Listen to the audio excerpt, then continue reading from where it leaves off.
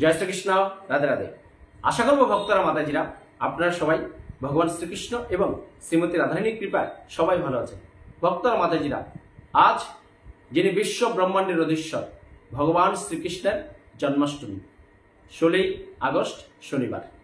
তাই আজকের দিনে যদি আপনার জীবনের 10 থেকে 15 মিনিট সময় ব্যয় করি যে ভগবান শ্রীকৃষ্ণ দাপর যুগে যে রোহিণী নক্ষত্রে সূর্য তখন আপনার এই সিংহ রাশিতে এবং চন্দ্র বৃষ রাশিতে অবস্থানকালে যে বসুদেব এবং দেবকীর গর্ভে যদুবংশে এসেছিলেন, সেই যে এসে ভগবান শ্রীকৃষ্ণ দাপর যুগে স্বয়ং ব্রহ্মার এক কল্পে এসে তিনি 90টা লীলাবিলাস করেছেন। সেই 90টা লীলাবিলাসের নামগুলো যদি আপনি আজকের দিনে একবার শ্রবণ করেন তাহলে কি হবে, আপনার মনের দুঃখ জ্বালা যন্ত্রণা সবকিছু আপনার বিতাড়িত হয়ে যাবে এবং আপনি মানসিকভাবে খুব ভালো থাকবেন এবং আপনি ভগবান শ্রীকৃষ্ণের বিশেষ কৃপা সঞ্চয় করতে পারবেন। কেন যে এই যে 4 যুগে স্বয়ং ভগবান শ্রীকৃষ্ণ এসছেন দাপর যুগে। কেন এসছেন? ভগবান শ্রীকৃষ্ণ আমরা গীতাতেই দিয়েছেন 4th অধ্যায় জ্ঞান যুগে যে ভগবান শ্রীকৃষ্ণ কেন আসেন। তিনি 3টি কাজের জন্য আসেন। সাধুদের পরিত্রাণ করেন, সমাজে ধর্ম সংস্থাপন করেন, আর যারা অধার্মিক অত্যাচারিত রাজা বা যারা এই সমাজে কুসংস্কার থাকে তাদেরকে তিনি ধ্বংস করেন। তাই তিনি এসে 90টা লীলাবিলাস করেছেন। তাই এই যে ইসকনের এসি ভক্তিবেদান্ত স্বামী প্রভুপাদ যে এই যে শ্রীকৃষ্ণ লীলা গ্রন্থটা, যেটা সারা পৃথিবীতে এখন 125টা কান্ট্রিতে 99 ভাষায় রচিত হয়েছে, সেই লীলাবিলাসে আছে 90টা লীলাবিলাস। তাই যাদের কাছে বইটা আছে তারা তো জানেন, কিন্তু যারা আজকের দিনে ভগবান শ্রীকৃষ্ণের এই বিশেষ জন্মাষ্টমী তিথিতে দিনের যে কোনো সময় এই 1 থেকে শুরু করে 90টা লীলাবিলাসের নামগুলো আপনি শ্রবণ করবেন বা কীর্তন করবেন, তাহলে ভগবান শ্রীকৃষ্ণে আপনি অতীব প্রিয় হতে পারবেন। এবং আজকে ভগবান শ্রীকৃষ্ণ কেন এসেছেন সংক্ষিপ্ত আকারে আপনি এই ভিডিওতে আজকে এই অপ্রাকৃত কথাগুলো শ্রবণ করতে পারবেন ভক্তরা মাতাজিরা। আর ইতিমধ্যে যারা আমাদের এই কৃষ্ণ কথা সুজিতনা চ্যানেলটা সাবস্ক্রাইব করেছেন তারা অবশ্যই ভগবান শ্রীকৃষ্ণ শ্রীমতী রাধারানীর কৃপা সংগ্রহ করবেন। যারা নতুন ভক্ত ভিউয়ার্স মাতাজি আছেন সবার চরণে প্রণতি নিবেদন, আপনারা আমার এই চ্যানেলটা সাবস্ক্রাইব করে বেল আইকন অন করে অল করে রাখুন। তাহলে পৃথিবীর যেখানে থাকবেন ঘরে বসে সুন্দর নির্মল বাংলা ভাষায় সমস্ত একাদশী ভগবান শ্রীকৃষ্ণ এবং সনাতন ধর্মের সমস্ত তথ্যগুলো আপনি ঘরে বসেই বাংলা ভাষায় শ্রবণ করতে পারবেন। তো এখন আসি মূল পর্বে। যেহেতু আজকে এই পৃথিবীর মালিকের জন্মদিন, তাই ভক্তরা মাতাজিরা আমরা একটা অতি উৎসাহ আনন্দে দিন যাপন করব। সারাদিন ভগবান শ্রীকৃষ্ণের স্তবস্তুতি করব, মালা জপ করব, ভাগবত করব, গীতা অধ্যয়ন করব। এক আনন্দ মুহূর্তের মধ্যে আমরা সারাদিনটা কাটাবো। রাত্রি আবার আমরা ভগবান শ্রীকৃষ্ণ অভিষেক আমাদের এই দুর্যোগের দর্শন করব, যাতে ভগবান শ্রীকৃষ্ণ আমরা কৃপা সঞ্চয় করতে পারি। তাই আপনারা 1 থেকে শুরু করে 90টা যে ভগবান শ্রীকৃষ্ণ সুন্দর সুন্দর লীলাবিলাস করেছেন, তিনি অনেকগুলো অসুরকে ধ্বংস করেছেন, তিনি গোপসখা গোপীসখাদের নিয়ে বিভিন্ন লীলাবিলাস করেছেন। তারপরে তিনি দ্বারকা নির্মাণ করেছেন, তারপরে তিনি বৃন্দাবন, মথুরা, দ্বারকা 3টে জায়গায় লীলা সংবরণ করেছেন এবং গোপসখা গোপীসখাদের নিয়ে তিনি কি করেছেন, গোপীদের নিয়ে রাসলীলা করেছেন। তাই সমস্ত মাহাত্ম্যগুলো আপনি একবার শ্রবণ করুন সংক্ষেপে, আপনার বেশি সময় নষ্ট হবে না।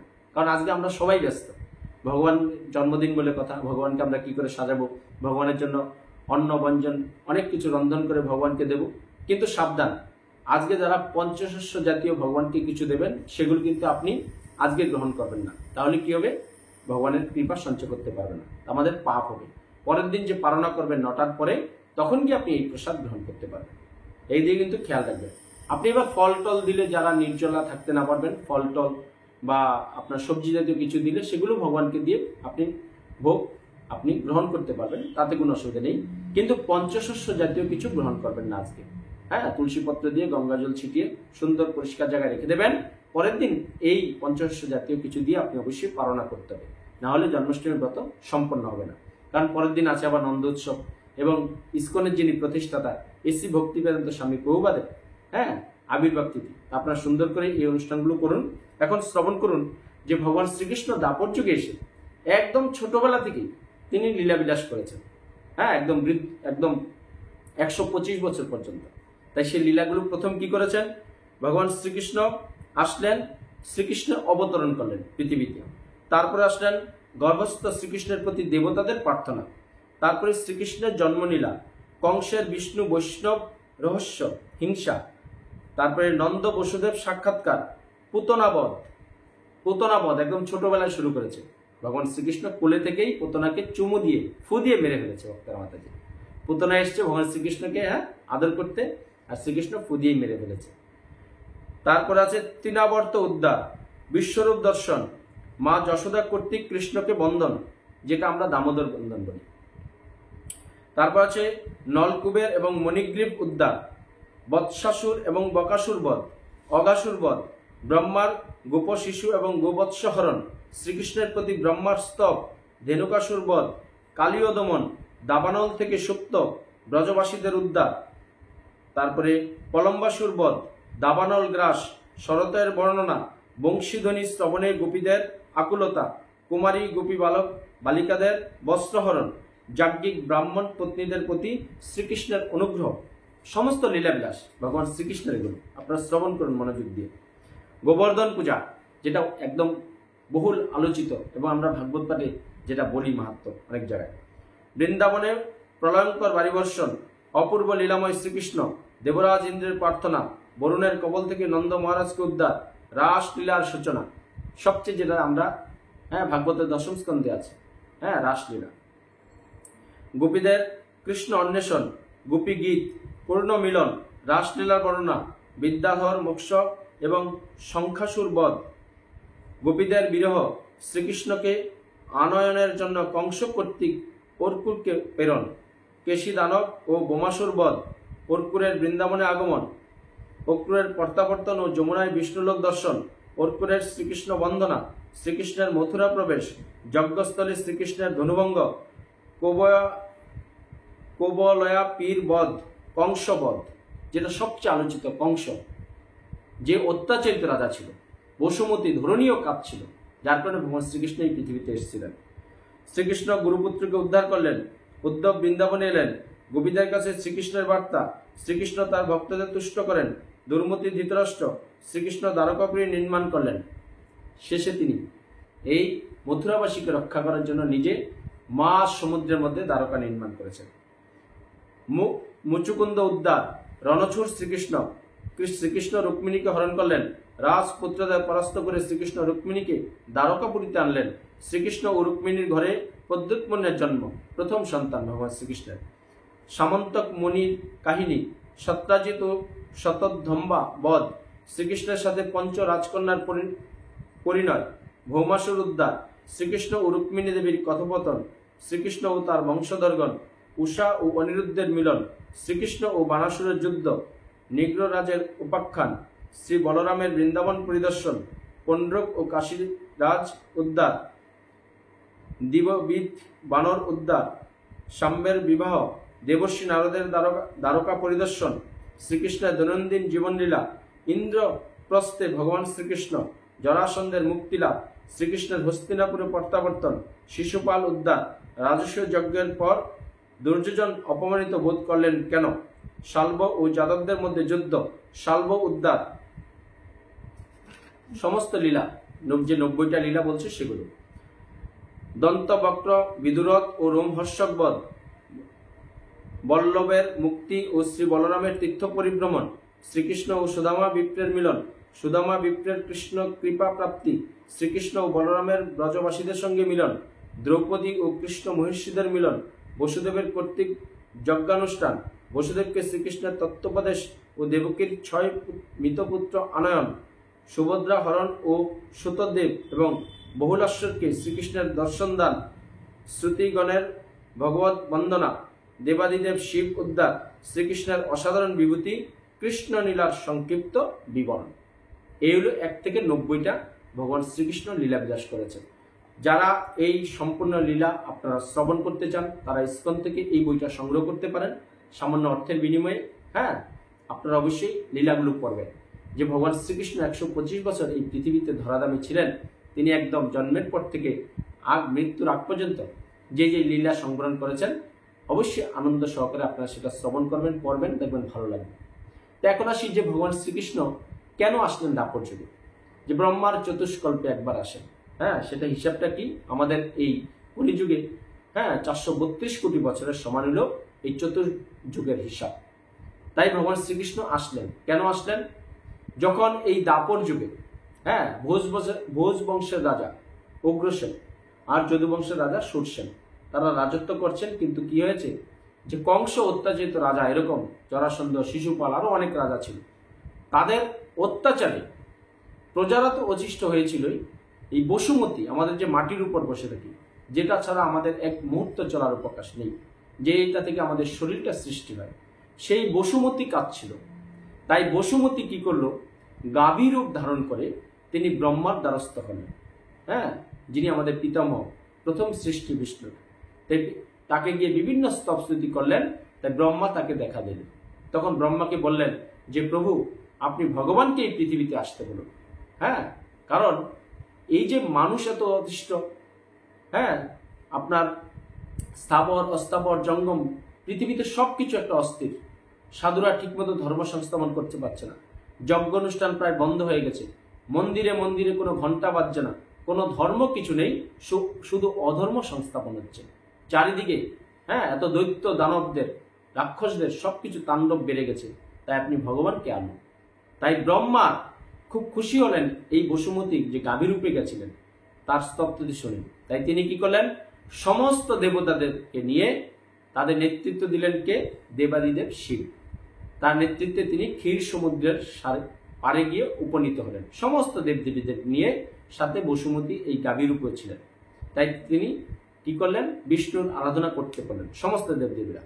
তাই ভগবান ক্ষীরসাগর দিয়ে অনন্ত সজ্জায় সহিত ছিলেন। সমস্ত দেবতাদের স্তব স্তুতিতে তিনি খুব আনন্দিত, খুশি হয়ে তাদেরকে দেখা দিলেন। বলছে কি হয়েছে? বলছে প্রভু, আপনাকে এই ধরাধামে আসতে হবে। এখানে সাধুরা আপনার ধর্ম করতে পারছে না, অধার্মিকের সংখ্যা বেড়ে গেছে, সমস্ত মন্দিরে প্রায় পূজার্চনা, যজ্ঞ অনুষ্ঠান, হোম যজ্ঞ সবকিছু বন্ধ হয়ে গেছে। তাই আপনি পৃথিবীতে আসুন। তাই ভগবান বিষ্ণু খুব স্তবস্তুতি শুনে খুশি হলেন। বলছে ঠিক আছে, তোমরা, আমি যদু বংশে আসবো, তোমরা এক এক করে সবে পৃথিবীতে আসো, এসে আমি লীলাবিলাস করব এবং সমস্ত যারা অধার্মিক আছে তাদেরকে আমি হত্যা করব। তাই ভগবান শ্রীকৃষ্ণ দৈববাণী হল যে দেবকীর বসুদেব অষ্টম গর্ভের সন্তান স্বয়ং ভগবান শ্রীকৃষ্ণ আসবেন। তাই এই কথা দৈববাণী শোনার পর যখন দেবকের কন্যা দেবকীর সাথে এই সুরসেনের ছেলে বসুদেবের যখন বিয়ে হলো, তখন কংস কি করলো? তাদেরকে তার কারাগারে আটকে রাখলো। কারণ যেহেতু দৈববাণী হলো যে অষ্টম গর্ভের সন্তান কংসকে হত্যা করবে, তাই সে একে একে 6টা সন্তান সে মেরে ফেলেছে। যেহেতু বসুদেব তাকে কথা দিয়েছে, বসুদেব তাদেরকে দেয়, মেরে ফেলে। তাই সপ্তম গর্ভে কে আসলো? স্বয়ং ভগবান শ্রীকৃষ্ণের সাংস প্রকাশ, দ্বিতীয় দেহ বলতে পারেন। কিন্তু তিনি কি করলেন? ভগবান শ্রীকৃষ্ণ দেখলেন আমার বলরামকে তো মেরে ফেলবে, তাই কি করলেন? তিনি যোগমায়ার দ্বারা বসুদেবের যে আরেক পত্নী ছিল রোহিণী মাতা, তার গর্ভে স্থানান্তরিত করে তিনি বলরামকে ভূমিষ্ঠ করলেন।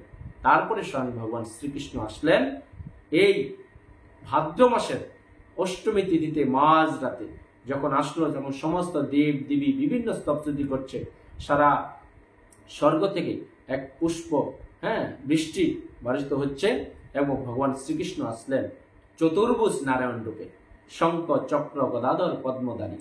বসুদেব বলছে দেখো দেবকীকে কি সুন্দর নারায়ণ রূপে এসছে। তখন মা যশোদা, মা দেবকী এই ভগবানকে আকুতি মিনতি করলেন যে বাবু, তুমি এই রূপ থেকো না, তুমি সাধারণ মানুষের রূপ নিয়ে এসো, তুমি যেহেতু আমার সন্তান হিসেবে এসো। তারা বুঝতে পেরেছিল, কারণ শঙ্খ চক্র গদাধর পদ্ম একমাত্র নারায়ণ বিষ্ণুরই হাতে থাকে। তাই স্বয়ং ভগবান এসছেন ধরাধামে। তাই এসে তিনি কি করলেন? একদম পুতনা বধ থেকে শুরু করে বিভিন্ন অসুরদের তিনি বধ করেছেন, সংহার করেছেন, ধার্মিকদের রক্ষা করেছেন। উগ্রসেনের দ্বারা তিনি আবার কি করলেন? দ্বারকপুরী নির্মাণ করলেন। তাই ভগবান শ্রীকৃষ্ণ এসে 3টে জায়গা লীলাবিলাস করেছেন। বৃন্দাবনে করেছেন প্রথমে, তারপর করেছেন মথুরায়, তারপরে দ্বারকা। তাই শ্রেষ্ঠ ভগবান শ্রীকৃষ্ণের লীলা পুরুষোত্তম বলা হয় বৃন্দাবন লীলাকে, কারণ এখানে তিনি ছোটবেলায় গোপসখা গোপসখীদের নিয়ে গোপসখাদের নিয়ে গাভী বাছুর চড়াতেন যমুনার তটে, গোপীদের নিয়ে তিনি রাসলীলা করেছেন, কত কিছু করেছেন, আনন্দ দিয়েছেন। সমস্ত বৃন্দাবনবাসীকে তিনি এক আনন্দে মাতোয়ারা করেছেন বলে সমস্ত লীলার মধ্যে শ্রেষ্ঠ লীলা হলো বৃন্দাবন লীলা ভক্তরা মাতাজিরা। তিনি গোবর্ধন সেজে বৃন্দাবনবাসীদের রক্ষা করেছিলেন ভারী বৃষ্টির হাত থেকে 7 দিন 7 রাত। এই বাঁ হাতের কোড়ে আঙ্গুলে তখন বয়স ছিল মাত্র ভগবান শ্রীকৃষ্ণের 7 বছর বয়স। তো এই যে অপ্রাকৃত লীলাগুলো করেছেন, এই আজ ভগবান শ্রীকৃষ্ণের জন্মাষ্টমী ব্রততে আপনি যে কোনো লীলা শ্রবণ করেন, কীর্তন করেন, আপনার পাশের বন্ধু বান্ধব আত্মীয় স্বজন সবাইকে বসে ভাগবত গীতার বাণী প্রচার করেন এবং যে 90টা লীলা বিলাসের নাম বললাম সেই লীলা নামগুলো শ্রবণ করেন, তাহলে আপনি ভগবান শ্রীকৃষ্ণের কৃপা সঞ্চয় করতে পারবেন। তাই ভক্তরা মাতাজিরা, যারা জন্মাষ্টমী ব্রত করছেন তারা তো ভালো, যারা এবছর করতে পারেননি মনে রাখবেন আগামী বছর থেকে করবেন, কারণ ভবিষ্যতের পুরাণে বিষ্ণুর রহস্যে খুব সুন্দর সুন্দর মাহাত্ম্য আছে। যারা জন্মাষ্টমী ব্রত না করবে তাদেরকে চিরদিন দুঃখ কষ্ট জ্বালা যন্ত্রণা শরীরের রোগ এগুলো ভোগ করতে হবে। আর যারা ভগবান শ্রীকৃষ্ণের জন্মাষ্টমী ব্রত সুন্দরভাবে নিষ্ঠার সাথে পালন করবে তারা ইহজগতে পরজগতে সব জায়গায় এক অপ্রাকৃত সুখ অনুভব করতে পারবে। তাই সবাই ভালো থাকুন, সুস্থ থাকুন। আজকের ভিডিওটা বন্ধু বান্ধব আত্মীয় সবার মধ্যে শেয়ার করে দিন। আপনার মাধ্যমে যদি ভগবান শ্রীকৃষ্ণের এই যে 1 থেকে 90টা লীলাবিলাস করেছেন এগুলো যদি আপনার বন্ধু বান্ধব আত্মীয় স্বজন বা আপনার ঘরের সবাই মিলে শ্রবণ করেন তাহলে ভগবান শ্রীকৃষ্ণের কৃপা সঞ্চয় করতে পারবেন। তাই সবাই ভালো থাকুন, সুস্থ থাকুন আর চোখ রাখুন আমাদের এই কৃষ্ণকথা সুজিত নাথ চ্যানেলে। পরিশেষে আমার সাথে বলুন জয় শ্রীকৃষ্ণ, রাধে রাধে। জয় শ্রীকৃষ্ণ, রাধে রাধে।